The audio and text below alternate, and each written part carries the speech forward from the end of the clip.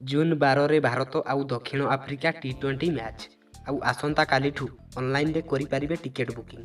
तबे आगु को एमती अपडेट खबर गुडी को सर्वप्रथमे जानिबा पई हमर डीके ओडिया यूट्यूब चैनल को सब्सक्राइब करनियंतु एवं ता पाखर थिबा बेल आइकन टी को मध्ये दबाई दियंतु। तबे जून 12 तारिख रे भारत और दक्षिण आफ्रिका T20 मैच पई जोरसोर प्रस्तुति चलीछि। आउ जून 1 तारिख सखाळ 11 रु ऑनलाइन टिकेट बुकिंग प्रक्रिया आरंभ हेबो। पेटीएम ऐप किंबा www.insider.in रे लॉगिन करी टिकेट बुकिंग करि परिबे।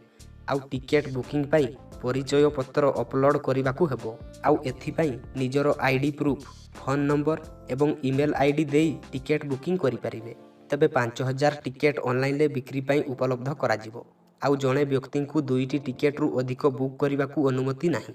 आउ बुक करिथिबा ऑनलाइन टिकेट को जून 9, 10, 11 और 12 तारिख रे संग्रह करी हेबो बोली सांबादिक सम्मिलनी रे ओसीए पक्षरु सूचना दिया जाइछि।